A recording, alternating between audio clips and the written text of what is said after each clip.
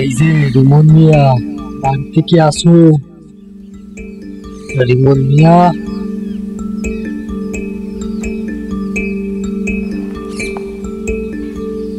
আরে মরম চাচা, হঠাৎ আপনি আমার বাড়িতে, তাও আবার সকাল সকাল? না, এসে তো আর পারলাম না। তুমি গত 2 বছর আগে আমার কাছে তোমার ফসলি জমি দলিল দিয়ে ঋণ টাকা আনলে। আর এই 2-3 বছরের মধ্যে তুমি আমার সাথে দেখা করলে, কারণ কি? হ্যাঁ,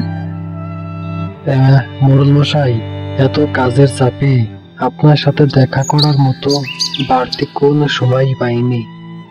মোড়ল মশাই, এজন্য আমি খুবই দুঃখিত। আমাকে ক্ষমা করে দিন মোড়ল মশাই। সে না হয় গত কয়েক বছর দেখা করা নাই, তার জন্য ক্ষমা করে দিলাম, কিন্তু আমার টাকা পরিশোধের সময় তো এবছরেই শেষ হয়ে যাবে। আর তুমি আমার টাকা পরিশোধ করবে কবে? হ্যাঁ, মরদ মশাই, আপনি যে কি বলেন? রিমন মিয়া আর কিভাবে আপনার ঋণের টাকা পরিশোধ করবে?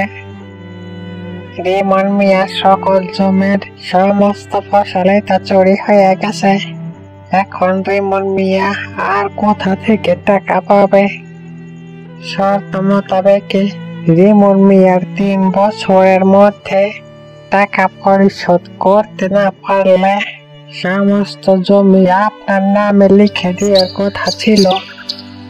মরদ মশাই, রিমন মিয়াকে বলেন তার সমস্ত জমি আপনার নামে লিখে দিতে।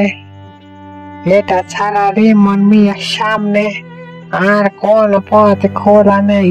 মরদ মশাই, না মোড়ল মশাই, আমাকে আর কিছুদিন সময় দিন। আমি আপনার সব টাকায় পরিশোধ করে দিব মোড়ল মশাই।